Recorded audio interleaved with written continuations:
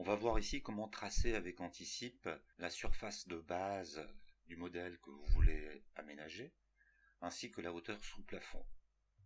On dispose pour cela des menus mesure et espace. Ces menus nous donnent accès à différents curseurs pour entrer des valeurs en mètres et des angles en degrés.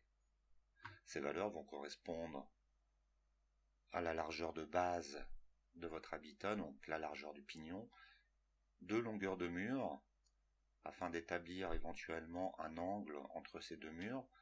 Si votre façade présente un angle en L, en V, ou si tout simplement votre habitat est rectangulaire.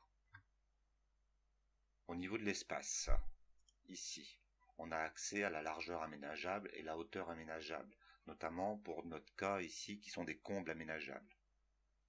On va passer en vue de côté. Pour cela, on peut cliquer soit ici sur l'interface, soit un clic droit nous donne accès ici à la vue de côté, qui est un plan de coupe qui nous permet en fait de mieux visualiser l'angle de la toiture.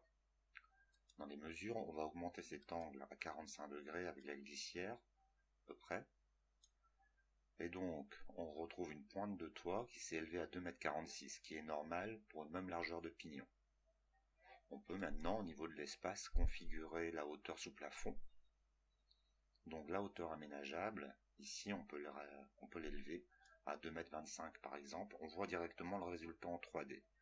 Pour nos combles, il nous faut aussi une largeur aménageable qui va correspondre ici à la largeur entre les deux bas de rampant.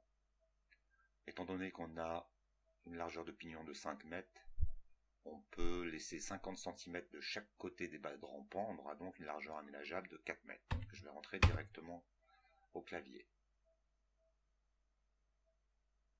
Voilà, on va enregistrer ce modèle et on va le garder pour notre prochaine vidéo.